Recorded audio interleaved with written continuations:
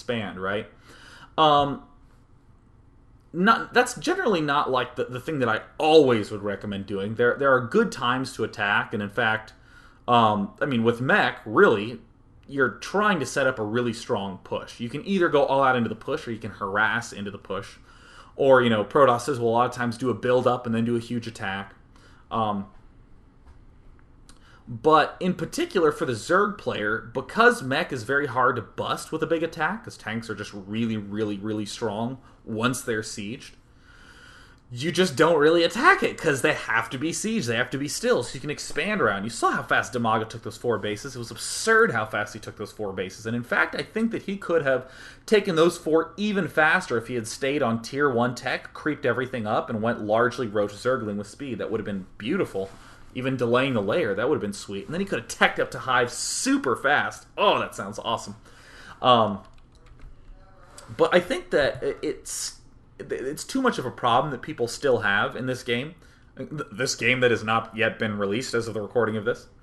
That people still try to think about, oh, what is the right units that I need? Or what should I do this?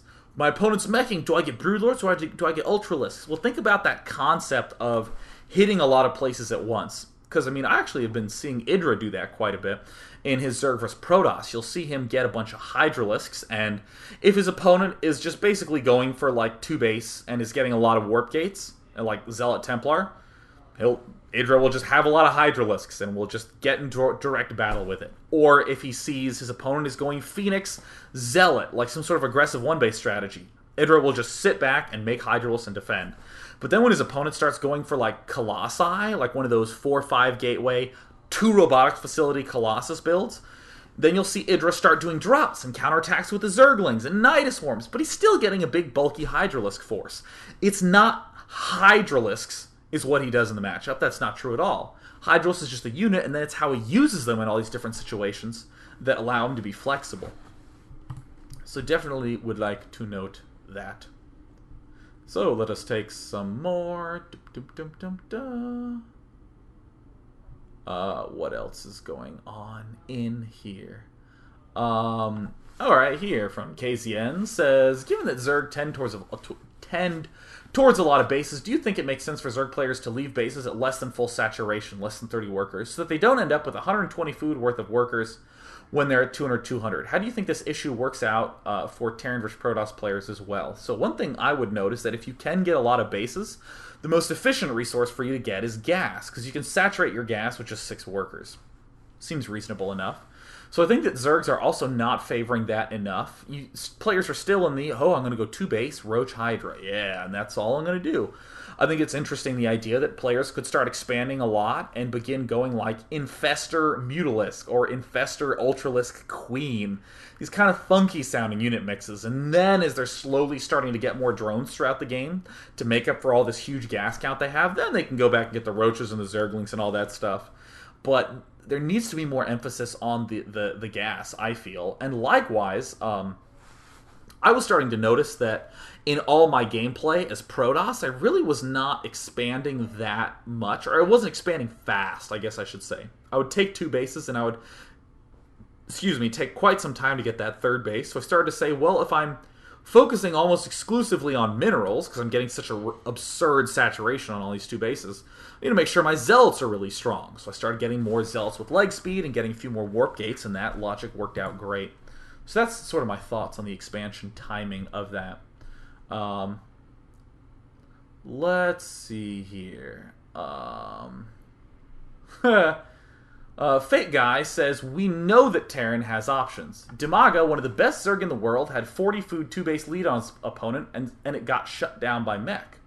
Now, the thing is that, I want to point out that having a 40 food 2-base lead, obviously, is a good thing. And people seem to still think that, I guess this means that Mech is too powerful. But, again, let's go back to what I was talking about with Idra. Because, with Idra, I said that he was making a lot of Hydralisks against Protoss. But then when his opponent was going for these huge Colossus compositions, he would just attack in different locations. And it was interesting, because in that same period, people were saying that the Colossus was too strong. This is right after the Roach nerf happened, and people started to get more Hydralisks in that matchup. And the Colossi were just smashing thousands of Hydralisks all over the place, and no one could ever engage in a direct fight. But